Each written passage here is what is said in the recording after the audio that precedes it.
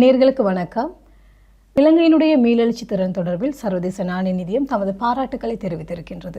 கடந்த மாத இறுதியில் இலங்கைக்கு உத்தியோகபூர்வ விஜயம் மேற்கொண்டிருந்த சர்வதேச நாணய நிதியத்தினுடைய இலங்கைக்கான பிரதிநிதிகள் குழாம் ஜனாதிபதி அனுரகுமார திசாநாயக்கவை சந்தித்து தமது பாராட்டுக்களை தெரிவித்திருக்கின்றது. இதன்போது இலங்கையின் தற்போதைய பொருளாதார மீட்சி திட்டம் மற்றும் வெளிப்புற சவால்களுக்கு ஏற்ப இலங்கை முன்னேறி வருகின்ற விதம் தொடர்பில் தமது பாராட்டுக்களை இந்த பிரதிநிதிகள் குழாம் தெரிவித்திருக்கின்றது. அதே நேரம் சர்வதேச நாணய நிதியத்தினுடைய விரிவாக்கப்பட்ட செயற்திட்டத்தை நடைமுறைப்படுத்துகின்ற பல நாடுகளுக்கு மத்தியில் இலங்கை மிக வேகமாக முன்னேறி வருவதாகவும் சுட்டிக்காட்டப்பட்டிருக்கின்றது. சர்வதேச நாணய நிதியத்தினுடைய இந்த பாராட்டு சர்வதேசத்தின் மத்தியில் இலங்கை மீதான நம்பிக்கையை மீண்டும் வலுப்படுத்தி இருக்கின்றது.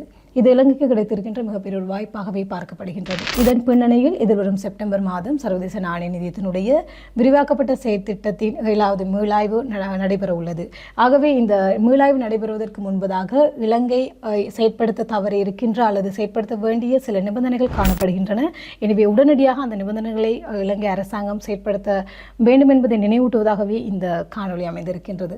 அந்த வகையில் இலங்கை செயற்படுத்த வேண்டிய நிபந்தனைகள் தொடர்பில் நாங்கள் பார்க்கலாம். அந்த வகையில் இலங்கையினுடைய நிதிநிலைத்தன்மையை உறுதிப்படுத்தும் வகையில் அரசாங்கம் வரி வருவாயை அதிகரிக்க வேண்டியிருக்கின்றது. இதற்காக இலங்கையில் அதிக வருமானம் ஈட்டும் ஒரு இலக்காக கொண்டு செயற்படுத்தப்பட்டு வருகின்ற வரி தணிக்கை திட்டத்தை வலுப்படுத்த வேண்டியிருக்கின்றது. அதே நேரம் வெட்வரி செலுத்துவோருடைய விவரங்களை அரசாங்கம் முறைமைப்படுத்த வேண்டியிருக்கின்றது.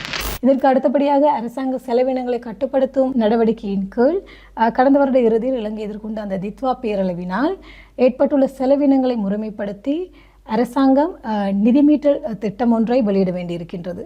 அதே நேரம் சமூக பாதுகாப்பு திட்டத்தின் கீழ் தற்போது அரசாங்கத்தினால் நடைமுறைப்படுத்தப்பட்டு வருகின்ற அஸ்வஸ்ம போன்ற நிவாரண திட்டங்கள் உரியவாறு பயனாளிகளை சென்றடைகின்றது என்பதை உறுதிப்படுத்த வேண்டியிருக்கின்றது.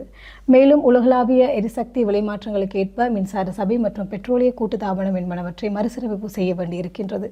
ஏற்கனவே இலங்கை மின்சார சபை மறுசீரமைப்பு செய்யப்பட்டிருக்கின்ற போதிலும் கூட உலகளாவிய ரீதியில் தற்போது ஏற்பட்டிருக்கின்ற அந்த போர் பதற்றம் காரணமாக இந்த எரிபொருட்களில் விலைமாற்றங்கள் ஏற்பட்டுள்ளன. எனவே அதற்கேற்ப இந்த மறுசீரமைப்பு செயற்திட்டங்களை நடைமுறைப்படுத்த வேண்டும் என கூறப்பட்டிருக்கின்றது. அதே போல இலங்கை வெளிநாட்டு கையிருப்பை அதிகரிக்க வேண்டிய ஒரு தேவை ஏற்பட்டிருக்கின்றது. அதன் அடிப்படையில் தற்காலிகமாக இடைநிறுத்தப்பட்டுள்ள இந்த இறக்குமதி கட்டுப்பாடுகளை இலங்கை தளர்த்த வேண்டும் எனவும் தெரிவிக்கப்பட்டிருக்கின்றது. எனவே மேற்குறிப்பிட்ட நிபந்தனைகளை எதிர்வரும் செப்டம்பர் மாத இறுதிக்குள் நிறைவேற்ற வேண்டிய ஒரு தேவை ஏற்பட்டிருக்கின்றது. இலங்கை இந்த நிபந்தனைகளை நிறைவேற்றுவதற்கு இவ்வாறான கடுபிடிகளை அல்லது கட்டுப்பாடுகளை நடைமுறைப்படுத்தப் போகின்றது என்பது தொடர்பில் அரசாங்க தரப்பிலிருந்து இதுவரை தெரிவிக்கப்படாத போதிலும் கூட சர்வதேச நாணய நிதியமானது அரசாங்கம் இந்த நிபந்தனைகளை நிறைவேற்றும் என்ற நம்பிக்கையோடு சென்றிருப்பதாக எங்களுக்கு அறிய கிடைத்திருக்கின்றது. காரணம், ஜனாதிபதியினால் மேற்குறிப்பிட்ட சந்திப்பின் போது முன்வைக்கப்பட்ட சீர்திருத்த திட்டங்களுக்கு முழு ஆதரவு வழங்குவதாகவே சர்வதேச நாணய நிதியத்தினுடைய பிரதிநிதிகள் குழாம் தெரிவித்திருக்கின்றார்கள். எனவே அரசாங்கம் முறையாக இந்த நிபந்தனைகளை நடைமுறைப்படுத்த வேண்டும் என்பதை வலியுறுத்துவதாகவே இந்த காணொளி அமைந்திருக்கின்றது. நன்றி.